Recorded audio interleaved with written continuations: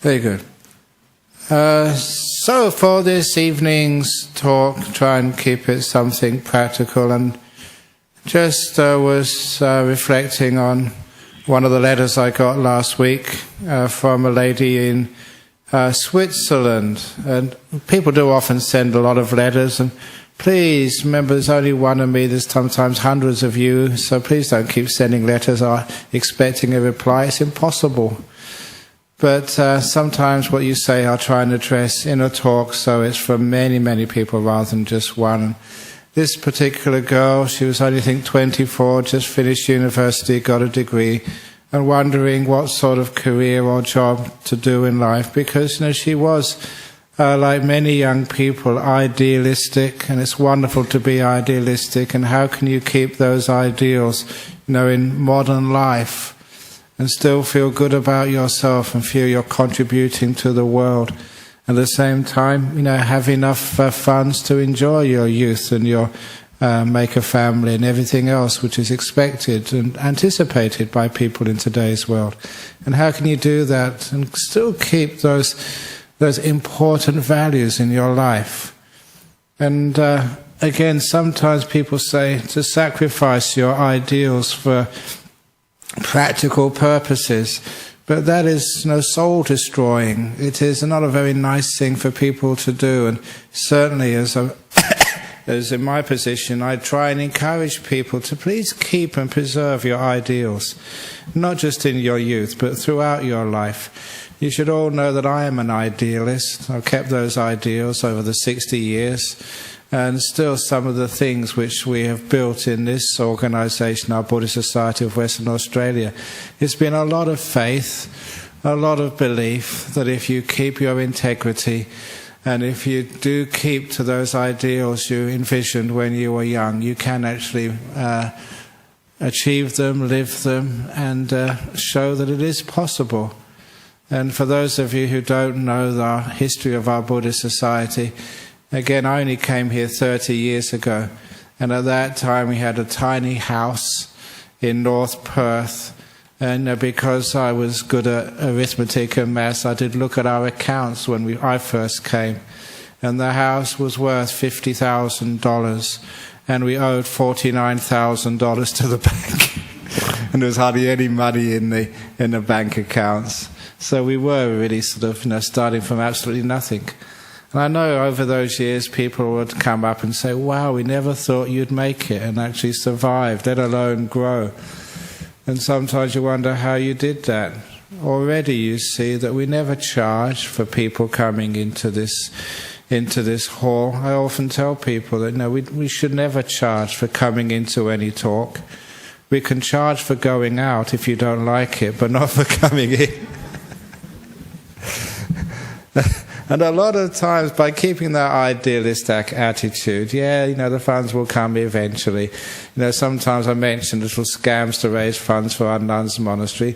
But probably the biggest donation we ever got to our monastery for nuns, which is at Gijiganam. Sometimes the nuns come and give a talk here. It is, again, part of my idealism to have no distinction between age, gender, sexual discrimination, race or whatever. We try to really live that in a Buddhist society. I've, many times gone out on a limb supporting gays, gay marriage, voluntary euthanasia, the equality in the genders in Buddhism. We do have that here. In other countries they don't have that, but go on a limb because we want to fight for those ideals. But sometimes the practicalities of raising funds, the best, I think it still remains the biggest donation we ever got for our nuns' monastery. Many, many years ago. It's a beautiful story. Some of you have heard it before, but it just shows when you have a good dream, it comes. When we wanted to start a nuns' monastery, we decided to get a bank account, first of all, to advertise it. But you know what it's like. $1 here, $5 there. There's not much in the account. To buy a block of land for a monastery is really expensive. But, it was chugging along. The main thing was that people knew about it. And I can never forget one afternoon at the monastery where I live in Serpentine. A man came And he was wearing jeans and a singlet, the sort of person you'd see in a pub. And he came to tell me that his wife had just given birth to their first child, a daughter. And he wanted to do something out of celebration for the birth of his first child. And he'd heard that we were wanting to build a monastery for Buddhist women. And he said, I don't know if my daughter will ever become a Buddhist, let alone wanting to become a nun. But who knows? So I want to make a donation for your nun's monastery. And he handed over a check for $250,000. Just like that. And I've never seen him again.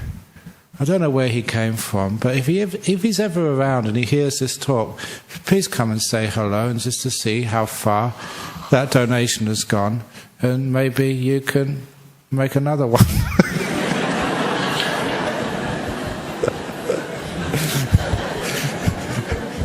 But no. It's just to come and say hello. But it was so inspiring that sort of stuff can happen. Just totally out of the blue, not expecting anything. And he certainly didn't look like a rich man at all.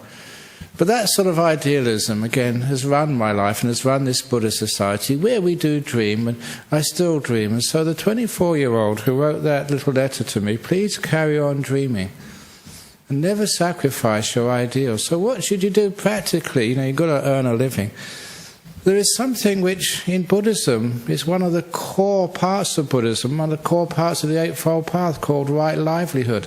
And the Buddha actually realized that in the spiritual path, you're going to spend a lot of time at the office, at your workplace. A lot of your life is spent there. And so if it's not suitable, if it's not in tune with your ideals, if it's an unpleasant, what they call toxic workplace, that's going to have a huge effect on your health, both physical and mental. And so it's something which you have to address.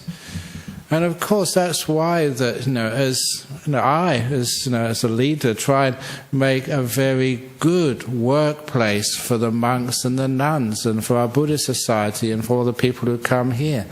And that is why we do have ethics. And this is a very successful, a Buddhist society. It's a very successful monastery, both for men and women. And a lot of it is because the ethos by which that monastery runs. That any one of you who goes down to certainly Bodhinyana Monastery, you can ask for the monastic rules down there. We do have it somewhere. I think it's gathering dust. But when it was written down, just the little rules of what you can do and can't do in a monastery, the most important rule, number one, was called compassion.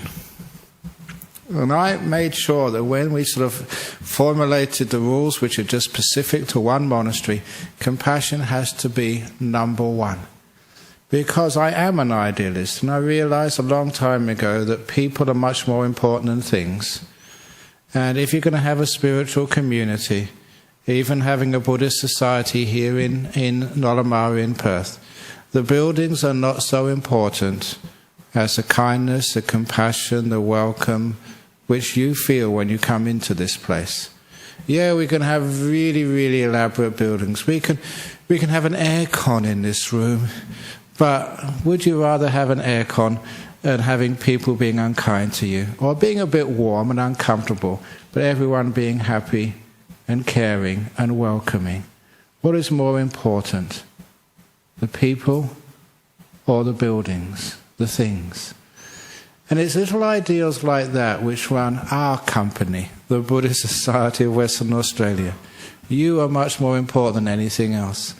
And to this day I will say I'd rather have, and I get into trouble from this by some people, dirty toilets, stuff lying all over the place, cracks in the walls. I'd rather have that and happy people than having a perfect-looking monastery or temple, which is just so immaculate, like a museum, where people don't feel welcome to come. And I say that, yeah, we do get into trouble because people put a lot of hard work, fixing those cracks and cleaning the toilets and stuff. But I think you're getting the message there. The kindness, the generosity, the peace, that's actually what we stand for. That's what a religion is supposed to be there for. I remember years ago looking up, in the dictionary, the meaning of the word church. The church never meant a building. It was just a congregation of people. It was the people who met in these places. That was the meaning of a church. And later on, that meaning of people, it got transferred to the building in which they met. And now we call church people. Church, we call it the building. Forgetting about the people. Even when we first settled in Serpentine, many times, because when we started building our monastery, as you know some of the old stories, we didn't have any place to stay. I literally spent the first night at that place under a tree, on the ground. I did have a bed to sleep on, which was just an old door, but I couldn't find it.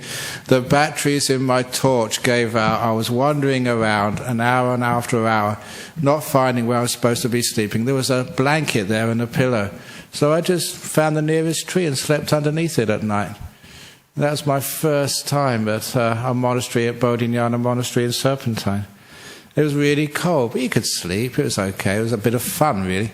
But anyway, we didn't have very much there. And people would come and, we'd have a big sign outside in the Buddhist monastery. They'd say, "Where's the monastery?"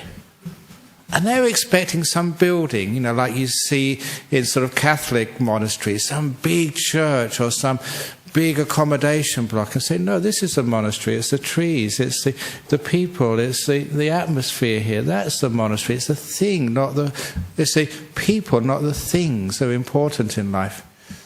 So wouldn't it be wonderful if we could somehow transmit that or take that, carry that through to businesses as well, where people are cared for more than things. Now that is not the usual ethos in many companies. So what are we going to do about that? One of the things we can do about that, and this is a challenge to especially many young people listening to this, it's not just here because these talks go out around the world, literally. And why don't we start our own companies? There was a group over in UK many years ago, the FWBO, I think they're still going. They started right livelihood communities or companies. Companies which were going to be run on Buddhist principles. People being more important than things. And the ethics of what you do are vital. So you're not just going to exploit things, exploit animals or exploit people to try and get the profit, but have something a bit more meaningful. And thereby maybe making a change to our world. Because especially if you're 24 years of age, what you want to do is to make this place a better place after your visit to this planet Earth. To make a change. Not many of you will be able to achieve that, but some of you will, and if no one tries, there'll be never any change. So why not start your own companies, your own groups, your own organizations, which are going to be run on Buddhist principles.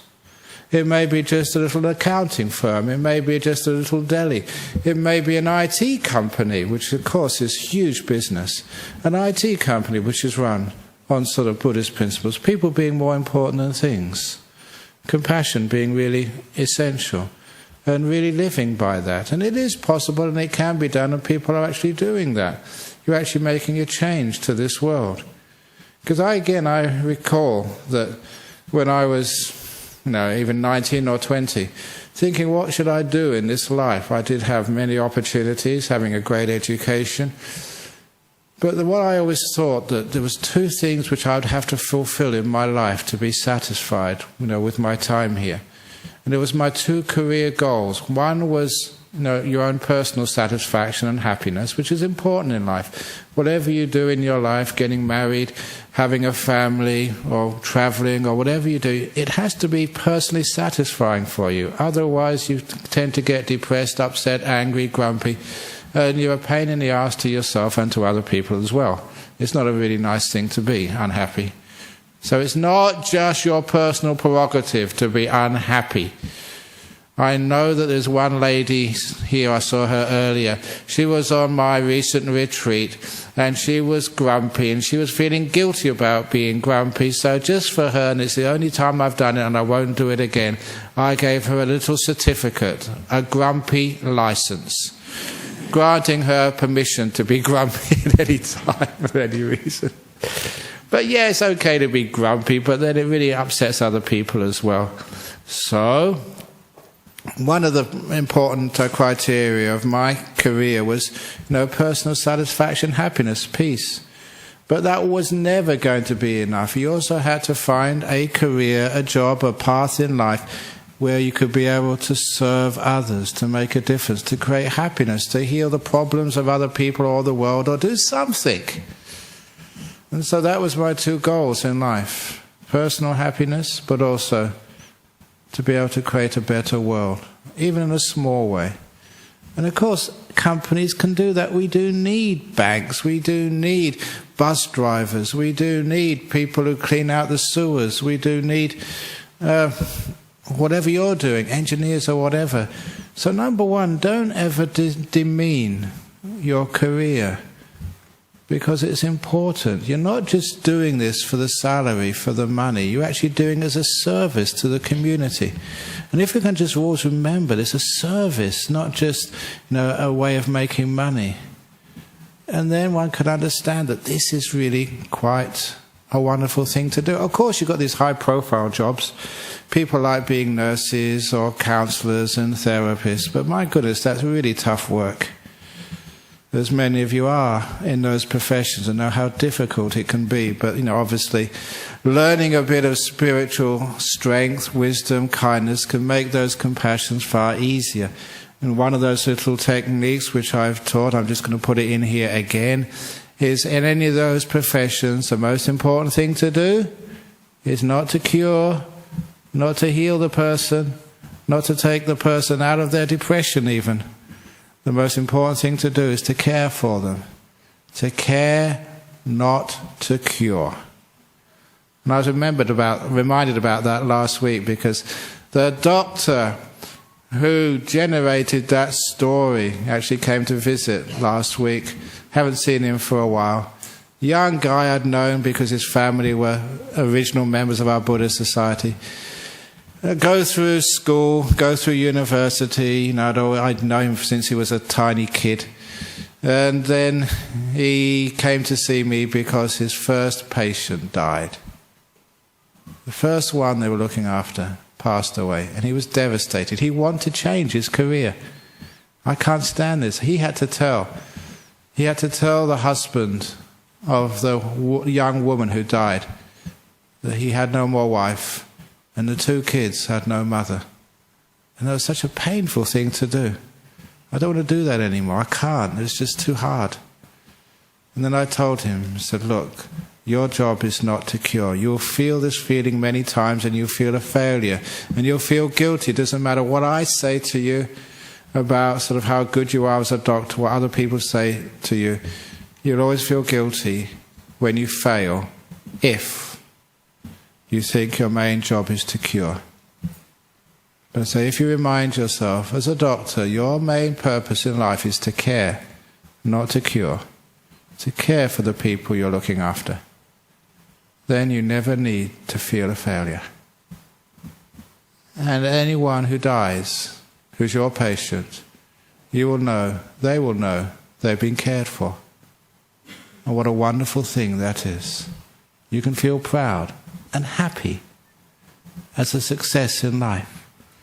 Now this is actually one example how you can take a career which you may think is so easy and wonderful, which is very, very difficult, and take it and change it into something which has got great meaning, where you can find success in life. So it's not just starting a company and making it perfect. Even in an existing career, in a job, you can change that job, that career.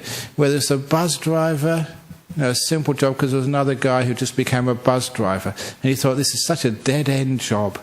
Just driving a buses day to day, what purpose is that? And I said, look, There's always so many people you can cheer up when they come into your buzz, just a smile or whatever it is. I remember just being a lollipop lady, the people who stand at the school crossings.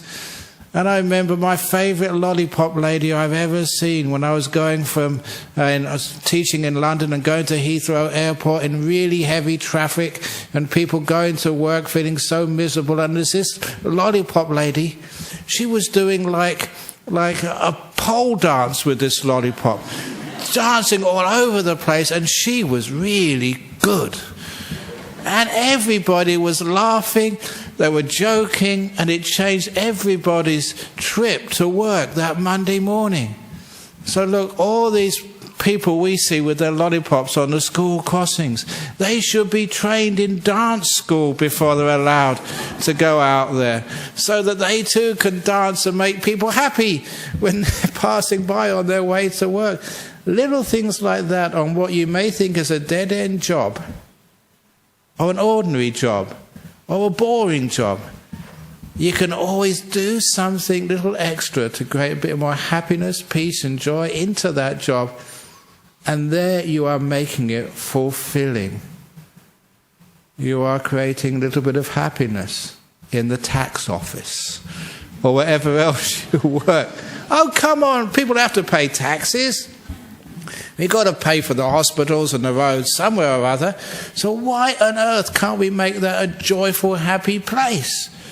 So if that lady wants to join the Inland Revenue Department of Switzerland, go for it, girl. But when you go to work every morning, wear a red nose, wear a fairy suit, whatever else. Be the Patch Adams of the tax office in Switzerland. Make a difference, whatever it is. And I think hopefully you're getting the message of what I'm saying here. A lot of times in life, it's not what you do, but how you do it makes a difference in life. It's not just being a monk. I'm a monk, therefore I'm going to be peaceful and happy from now on. You've probably seen many miserable monks and miserable nuns in your life. And of course, it always will be. It's not what you do, but how you do it makes a success in life. And so whatever this young girl wishes to do in life, just because it's a really good job, maybe working for Greenpeace or doing something which is really important, going out there to Africa or some poor places and reconstructing tsunami-devastated Samoan islands or whatever else it is. Yeah, it has a lot of meaning, but a lot of people have done that and they come back disillusioned. They come to tell me, I went out there to just help the world, and it's the people I was working with really, really gave me so much unhappiness. And even in places you would think you should, be inspired, it's again the people you work with. Even working in World Wildlife Fund or whatever, doing something for the world. It's who you work with makes all the difference. And you are the people other people work with. So in order to change the culture of work, the place where people spend most of their life, don't get other people to change. You have to change. Just like a doctor, the thing is not to cure, it's to care. The thing is not just to make money, it's to make happiness. It's not just to get succeed in life. It's to succeed in peace and happiness. And look, one of the other things which Buddhism is very, very strong on, and I often mention this in conferences, and this is absolutely true. In my position now, I do meet some very senior politicians, even, prime ministers and presidents. And so many of these have actually come and told me, they said, look, we really want to do something to help this world. We run out of ideas. We just don't know how to fix these problems. And basically they told me, you're a Buddhist monk, a senior Buddhist monk. Help us. Because we've never tried Buddhism before. We never tried some of the Buddhist principles. Is there something in your religion, something this peaceful, happy faith, which we can use in politics, in the real big world, to solve some of these problems, to reconcile, to forgive, to move forward, to balance the budget, to stop going to wars, to stop killing everybody, to get rid of the guns in the United States. Please, we don't know what to do. Help! And I often say that, there's a huge amount which Buddhism can offer here. And one of those little things, it is a radical path. Living more simply. Simple thing like that. Smaller houses. I was very happy to see in an article which somebody sent me, because of the GFC, the global financial crisis in the United States, many people were having very difficulty finding a place to live. It was amazing. The richest country in the world, there were so many homeless people. And these were homeless people who had jobs. But even with their income, they couldn't find a place to live. And so some enterprising companies were working with the local governments to change the planning regulations to allow for smaller dwellings, just like we had in the old days. You know how hard it is to get approval for a small dwelling? Big mansion, easy. Tiny dwelling, it's not big enough. Add a few more rooms. It doesn't fit. So the planners changed the regulations so people could build small houses. And I love small houses because in small houses, not only do you not have to work so hard, you don't have to worry so much about paying off the mortgage. If you lose your job, you're not in the poo trying to find out what you're going to do next. And the best part of small houses is in small houses you meet each other. You're around one another. You've got a family again. Instead of these big houses, which most of you live in Perth right now. So many rooms. How many rooms can you stay in at the same time? Only one. And it's usually one person in one part of the house. Most of your day, count it, it's one person per room. So that's why you never meet anybody. And why even in a family you feel lonely.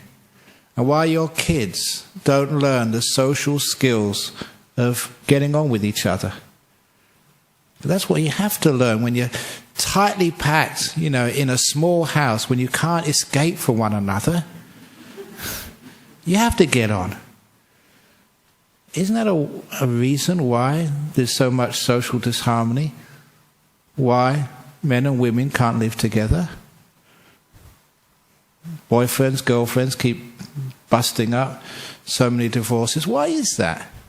One of the reasons is because we've lost the skills in tolerating each other, learning how to live together, learning how to forgive, laugh, or whatever. Because those skills which you usually learn when you're young in a house with so many people, well, you have to get on. And you learn how that works. There's no escape. Those skills which you learn in small houses have been lost. Which is why going back to small houses is economically good. It takes away a lot of the stress. You don't have to work so hard. You don't need so much money. That's the biggest part of your income goes into your houses these days. And it works so hard. And that also means you get so stressed at work. So there's many ways, and again, which Buddhism can help. And it's so effective. I'm saying this, and it's true. Some of the stuff which I've said here on a Friday night has gone into the Harvard Business School blog, been taught in Harvard and MIT. The latest one, which somebody found recently, was lowering your expectations. And I've said that for many years. Your expectations of a partner in life, lower them. Otherwise you're going to be so lonely in life. And that means also when your partner lowers their expectations, then you may have one partner as well. And lower your own expectations of yourself. I must say that every week. You don't have to be so strong, so wise, so witty, so good. For goodness sake, just be yourself. Lower your own expectations of yourself. And that goes totally against some corporate culture. You've got sales targets, you've got personal targets, you've got development targets, you've got career targets, you've got financial targets. That sucks big time. That causes so much suffering, trying to live up to something which is just impossible. That's a cause of stress. Not only stress because you keep failing, you lose all your sense of self-worth. You are a failure. even at work, because your boss never says you're good enough. Except if your boss is the abbot of Bodhinyana Monastery. Me, I always say, be good enough. It's very good. It will be okay. Now imagine having a boss like that. That is why Bodhinyana Monastery is so successful. Why so many people want to join. That's why you guys keep wanting to come here. How many of you have been coming here a long time? How many of you have ever been criticized by me? You stupid attendant, you stupid president, you stupid secretary. I just don't do that. Ask them. Because you want to create a positive culture, and people actually work much harder when they're encouraged rather than they're criticized. One of the stories I tell, because this was given to me, people, you are the source of many of the stories. If you see something interesting, you send it to me, email it to me, or leave it here on a Friday night, because these are inspirational and they're meaningful stories about how you can actually create good business. I still remember the name of this company, Farrelly and Sons. It was an engineering company in the Midlands of UK who won the prize, Best Company of the Year. And the reason they won that prize, and it was quite a few years ago now, was because in 12 months they'd trebled their turnover and doubled their profits. I mean, that's wonderful. To double your profits in 1 year is amazing sort of turnaround for a company. And they did building maintenance and other stuff like that. And their strategy was ingenious. It's sometimes when people actually see the problem and the solution is absolutely simple. Just as an aside, I was just saying this earlier, when I was a young monk in Thailand, there was a problem in the local town of Ubon. That's, in northeast Thailand, where Ajahn Cha's monastery was. There was not enough public toilets. So there was a place in that town where taxi drivers, the tuk-tuk drivers and anyone else who was passing would urinate. It was against a wall. And everybody would go there to urinate, so much the place stank. So the local government put a sign up, please don't urinate here. Did that work? No. They put signs up saying you will be fined if you urinate here. Did that work? No. The place got smellier and smellier until one bureaucrat, and there are some smart bureaucrats, surprise, surprise, put up the sign which works. He just put up a simple sign, urinal for dogs. And no one would use that place ever since. That's really smart. Some people just get it, a simple solution, and solves the whole problem. So this problem of, trying to sort of get their company sort of really on a good financial track, the company did the simple solution, passing this to everyone in their organization. Overtime was banned. Absolutely. And you couldn't take any work home either. And that was enforced strictly. Now, what was the result of that? What do you mean we don't get as much work out of you? It's not the time you spend in the office. It's the efficiency of that work. How much time do you waste at work? Sometimes because you're tired. Sometimes because of office politics. Sometimes because you're grumpy, you're upset. I spent a lot of time thinking negative thoughts. And maybe it's because you do have problems with your family. If you spend too much time in overtime, you don't even spend time with your family.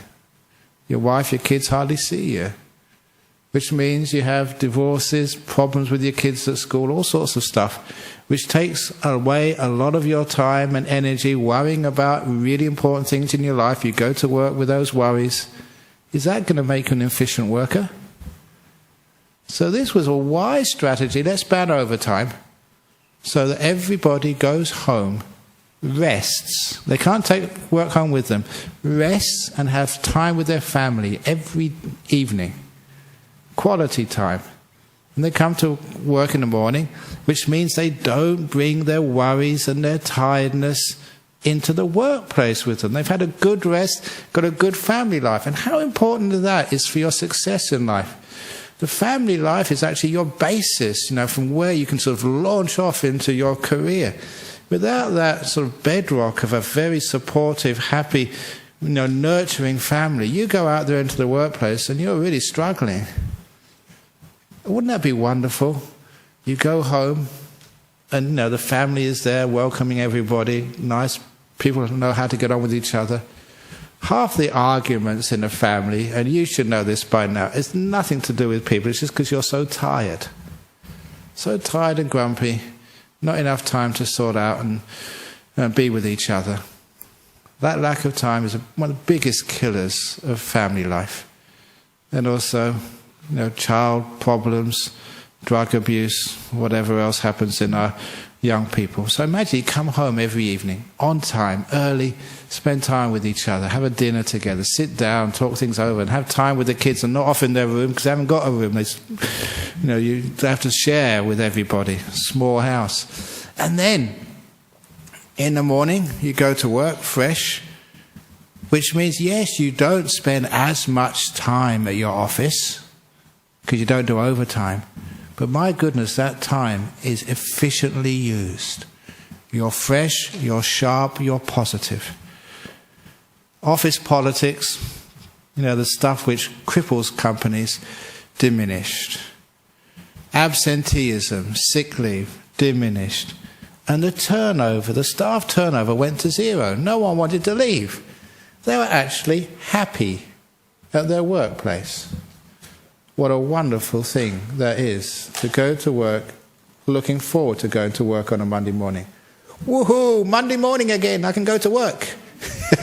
How many of you think like that? Wouldn't it be wonderful? That means that positive attitude goes there. And we all know that staff turnover is a huge drain on the company's ability to perform. Usually, I was told it takes about 6 months to train somebody up to that job which you were doing before. And that 6 months, basically, they're not performing. So it's wonderful to be able to have so that's why this company, just very good ideas, caring for people, basically getting the most out of them in a shorter time, where everybody would win. And they were so positive that, of course, their clients, suppliers, which people tell me in business, and I know this from my business of looking after a monastery, the plumbers, the bricklayers who build our monastery, these are friends. Just the last few days ago, I got the plumber. I hadn't seen him for years. He still remembers me when we first started doing things. And so because he remembers me, Brahm, I can fix that up for you. They come straight away. How hard is it to get a plumber here in Perth? They come to give a quote. And they give a quote, and they'll be back in 3 weeks. In the meantime, I rang this guy on Monday. He was there on Wednesday. He actually finished the job on Wednesday. Now that's really efficient stuff. Why? Because he's a friend. He's worked before. We've got a relationship together. Now those relationships in business, that's actually what gets things done. All these business gurus tell me, yes, exactly. It's forming those relationships, forming those friendships, that trust. That's actually how business works. This is what Buddhist business is all about. How many times you've come here and I told you how to form those relationships. It's not about you, it's not about me, it's about us. It's what goes on between us. Don't think about me, don't think about them, think about us. It's a relationship. The Emperor's 3 Questions story, which I keep on talking about. Now is the most important time. The one in front of you is the most important person in the whole world. Do that in business and you'll be highly successful. It's being in the moment, giving respect to the person in front of you, being now not worrying about the future, what you've got to do next. That person, that client, that supplier is right in front of you. And care. Simple teachings, that Emperor's 3 Questions. And that, I tell a lot of business schools where I give talks. So I give talks in all sorts of places, and it actually works. A simple philosophy like that, caring, one in front of you is the most important person, in other words, being in this moment, now, that is a powerful teaching which enhances the work experience. So it means all these jobs actually become great places to work. It's not the career. Sometimes people say lawyers. There's all these lawyer jokes. And I won't say lawyer jokes. I tell you enough bad jokes here. I'll not say that today. I was tempted. No, I better not. But because be careful telling jokes about lawyers, because sometimes they could sue the Buddhist Society. But anyway, all these lawyers joke. Why has lawyers got such a bad reputation? Even politicians. Why have politicians got such a bad reputation? Because they've got a bad reputation, it means no one wants to become a lawyer, or a politician, which means we don't get the cream of the crop to run our countries. That's not a good way to live. So wouldn't it be wonderful if we can actually change ethoses? Yeah, we have to have politicians, we have to have lawyers. Wouldn't it be great if we did have a politician who actually stood up and actually never, ever would say anything bad about somebody else? This was a philosopher once told me. Actually, I read it from a philosopher, and he said, you never overcome a bad idea by criticizing it. You only overcome a bad idea by presenting a better idea. That's a beautiful little policy. So Tony Abbott, Julia Gillard, all these other people, please don't go trashing the other policies, the policies of the other side. Put forward better policies. People will respect you so much more. Not only that, that was written in stone by the Buddhist Emperor Asoka in India with reference to religions. Any religion, he said, which demeans or curses or criticizes another faith only succeeds in diminishing their own faith. You hurt your own faith by criticizing others. You hurt your own credibility by trashing other people's policies. Why do we do that? It's obvious. You should never do that. Aren't you embarrassed about our political systems? Most Australians, English, everybody, we're all embarrassed about the way our politicians behave. So, we can actually take these careers, take these businesses, take these pathways which young people are going to face in life, and we can change them. Don't think that things cannot be changed. Myself with a few other people in tow, we've changed a lot about Buddhism. You go to Thailand, where I came from, you see the Buddhism where I came from. It's not quite the same as you see here. This is far more tolerant, far more open. As one lady said, in Thailand you can never come close enough to a monk to ask them their questions. And even finding out what Buddhism is or meditation in a place like Thailand. You said you can't get through the smoke screen from the incense. There's so many rituals, and the same a lot is in Sri Lanka too, and in Burma. There's so much traditions. It's like a big wall, and you just can't find what the essence of Buddhism is. And that's why over here you can actually put aside all that tradition, all that chanting, all those amulets, and all that holy string, and all this other stuff which most people think is Buddhism, and get to the heart of it. These teachings you're hearing right now. What changed your life and what changes the world and makes your career in whatever industry, whatever place you're actually working in, you can change that environment totally. Change politics, change law. And especially for people much younger than me, I've changed a little bit of the world in which I've lived. So please, you do the same. But don't be so ambitious, because of course, when you're young, you do want to change the whole world. But one of the moments which changed me was when I was with this senior monk in England. I was just being his attendant on a retreat, and I remember this very clearly, like most of the turning points of your life. I was on a retreat in this old fishing village called Oban in the north of Scotland. Anyone who knows that part of the world, it was picturesque. About 25 years ago, no, more than that, before I came here, 30 years ago, 32 years ago. He was teaching a retreat. There's only a few people on this retreat. But at the interview time, I was just, being the attendant, just like these two monks beside me, just sitting quietly, listening. And this woman came in, and I thought she was going to ask another meditation question. Why can't I stop thinking? Why can't my butt keep on hurting? Whatever it is in meditation, the usual stuff. And then she didn't ask a question, she said, "I've just come here to thank you for saving my life." And she said it with such sincerity. Just, I literally woke up and said, "What? What has this monk done to save your life?"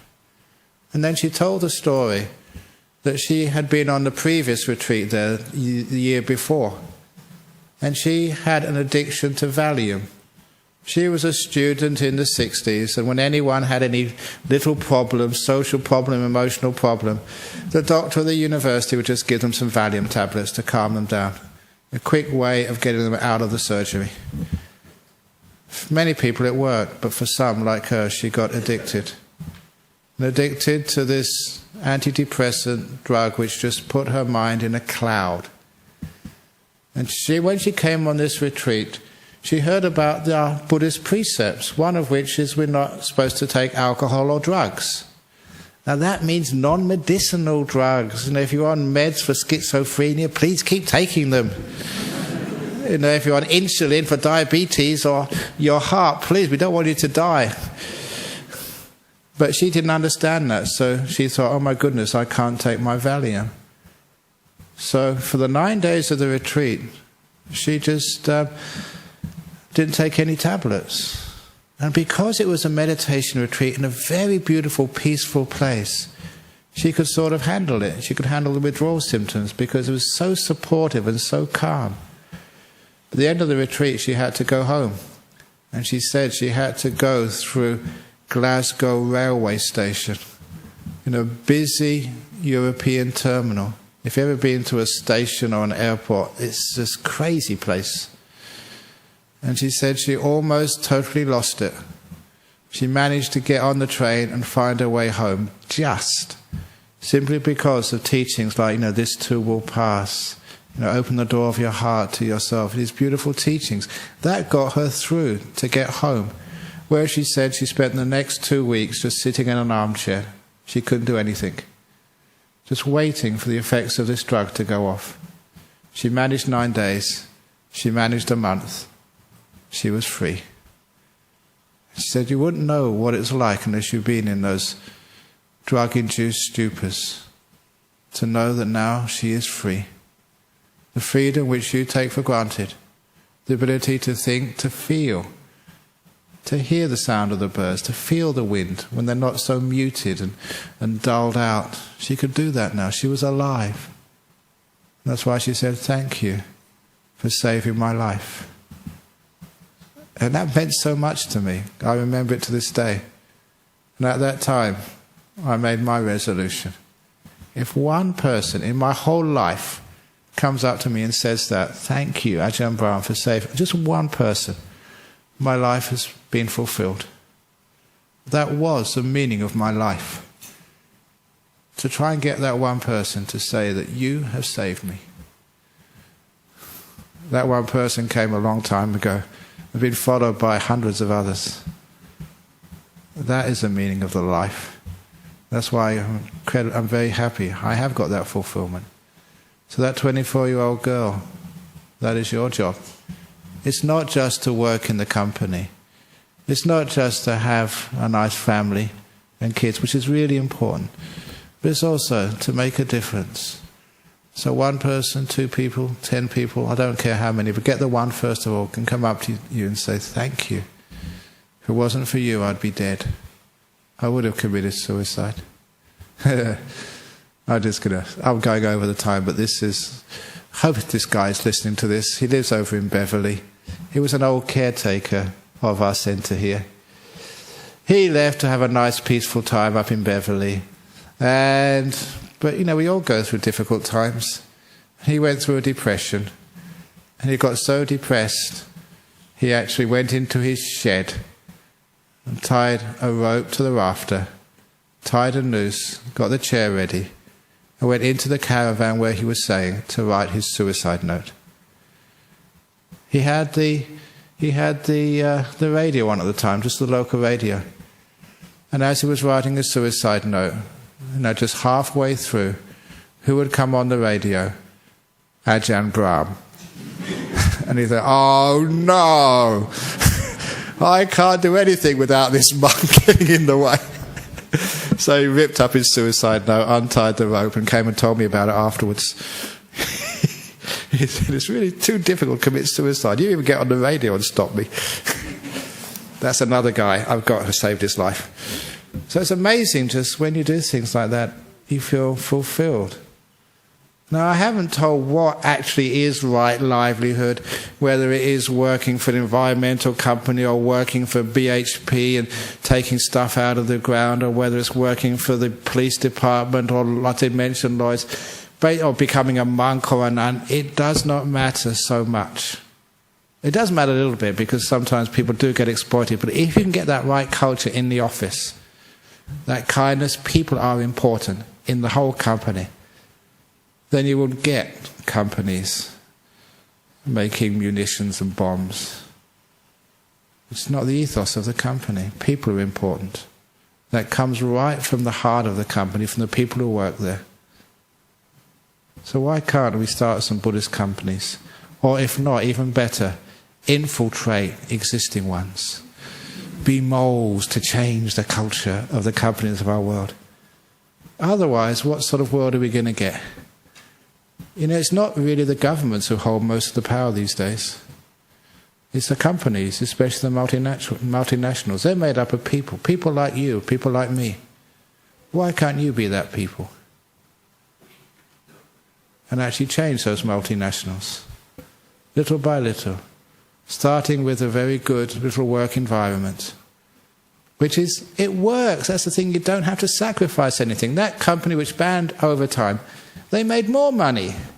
It always is win-win situations. Most of the time, everybody wins, which means that you don't have to really worry too much about sacrificing things. And that way we can make a better world. This is some idea of, I'm not talking about you today. Usually I just talk about how you can be personally developed and become a better person, but this is actually about where you work, where you spend a lot of your time, to make that a more fulfilling place, and a place where you can find personal fulfillment and make a difference to our world. I know, of course, only scratching the surface where we're getting over time, but that is especially for the young lady who wrote to me from Switzerland, just on that point of where she's going to make her life, what sort of career, what she's going to do. I'm challenging you. Make a difference. It's hard, it's a sacrifice, but you feel so fulfilled. You will live a happy life, and when you get to an age like mine, you look back and say, yes, we did something. And then you will be very peaceful and fulfilled. Thank you for listening. Very good. Okay, questions or comments about tonight's